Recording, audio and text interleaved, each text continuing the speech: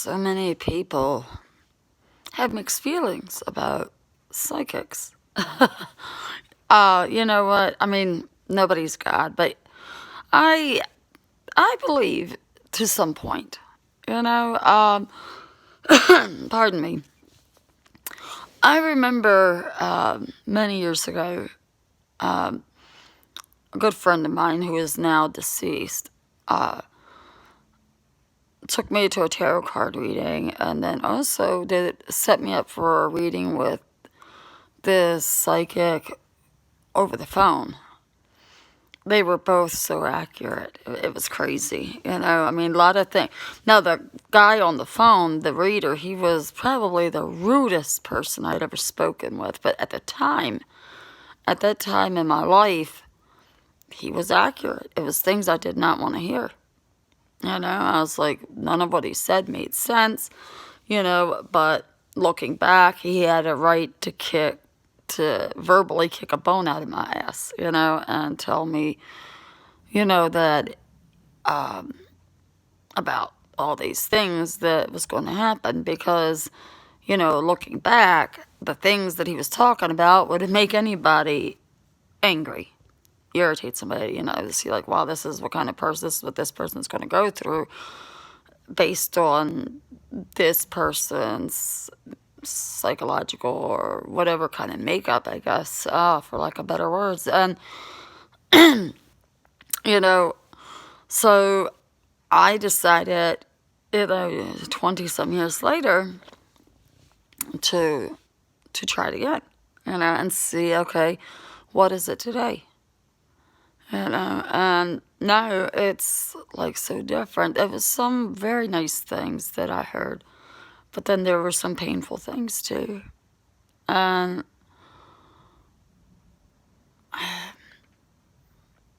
that, you know, it's sad. You know, there's some very sad parts to it that I'm not going to discuss on here. But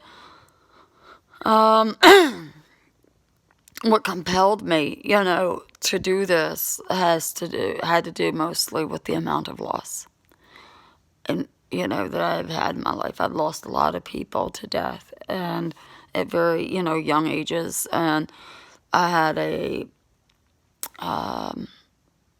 I have a great concern, you know, I guess, as to like, wow, when does this stop?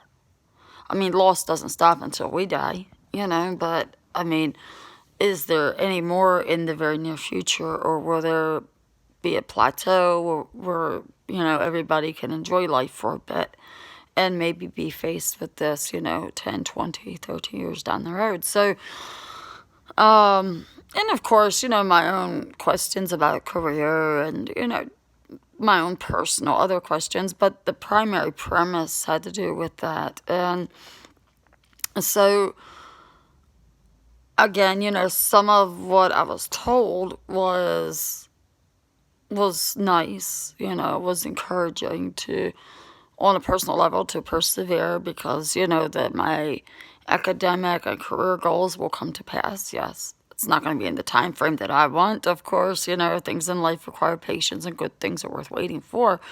But in terms of, you know, finally having the things that I set out to do that I wanted by the age of 30, I will have, yes. And I, in my heart of hearts, I already know. It's like something I feel because at the end of the day, those choices are ultimately mine.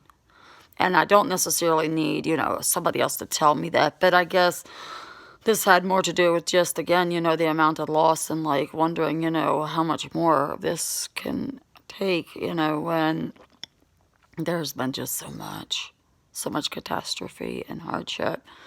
And, you know, I mean, what I was told, you know, and I've never really thought about it like this, I guess, you know, is, you know, said, you know, you are a strong woman.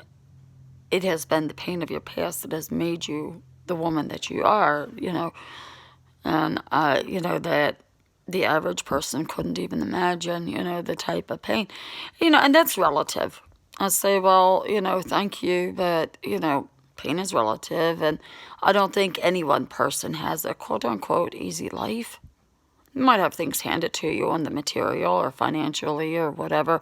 Or if you spend your life taken and never taking responsibility, well, that, some people are never meant, they never get it, and then the other people that live that way and then realize, like, whoa, whoa, whoa, and that's me, I mean, I've made a lot of mistakes, but it's also been through those mistakes, through the pain and hardship, that has made me come to recognize and appreciate joy and happiness when it's in front of me, to cherish that, because it's so temporary. Everything in life is temporary, you know. So I don't compare, one person's experiences to another and say, well, because this person hasn't been through this, they don't know, or they're not strong, or, that's no. Because it's, at the end of the day, until you really walk somebody else's shoes, you don't know. Don't know what I've been through, or Jim, Jane, or Joe Blow has been through, you don't. And that's just a given. But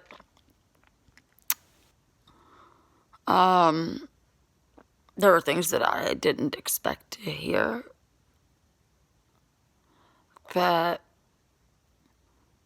I have mixed feelings about. Do I put a lot of credence on this? To a point, and to a point I don't, because, so much of life is about choices. I never understood how, especially like over the phone, how they can, tell this and that. But that one reading I had with this gentleman, I can't remember his name for the life of me, and I honestly probably wouldn't say his name because I don't want to, hurt somebody else's reputation necessarily, even, rude or not. Take away from somebody's credibility because he might have just had a bad day, as far as I know. But everything he said, and at the time I was like, how could that be when that's impossible. That's all I kept saying was, oh, that's impossible. And he kept saying, I know, but this is. And I'll be damned, if a couple of years later, the ceiling caved in on me, the emotional ceiling, mental, spiritual, whatever. Everything caved in, and my life went down the tubes. So, I mean, it was insightful reading that I had. It was, and it did. It gave me perspective or encouragement or, eye-opener maybe about not taking people for granted, the people that really matter, and, just the fact that life is not permanent, although it ever so feels that way sometimes. It feels like it's never going to, the nonsense is never going to stop, or never going to self-actualize and get where we want to get in life, and when the truth of the matter is things are always changing, and so many things are out of our control. The only thing that we really control is how we respond to it, and that affects the quality of our life, our attitude. So it does. It comes down to what you believe in, I mean, the friend who initially set this up for me was a diehard for psychic readings, Am I a diehard? No. I do recognize and have it. Yes, I believe that some people have gifts. Of course I do. Because, I mean, psychics have been used to assist police in solving crimes. It's happened, So, I mean, how do you account for those things? To say, well, I only believe in those that help the police, well, that's kind of narrow-minded, I think. Yes, there's a lot of con artists out there that's, going to just run on what you say, and you have to be careful, of course.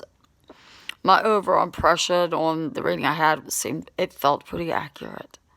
Some parts I hope is wrong, but there were questions I asked that most people probably would not ask, and I was told, you really want to know this, and I said yes, I do, and you know, and I had mixed feelings based on the answer, and he'd said to me, "Well, you asked." I said, "Yes, I did," and I'm a no nonsense, direct kind of person. It doesn't have to be what I want to hear, you know. Um, but so it's on me, Be careful what you ask for, or be careful what questions you ask, because you might hear something that you're just not prepared to hear. You might have something set in your own mind, your own beliefs, based on your own how you lived your life, and think, well, this is how it's going to end up being because of X, Y, and Z. But in truth, life has a way of throwing a curveball when you least expect it. And things always change at any given point, whether it's through somebody else or through a choice that you make, so...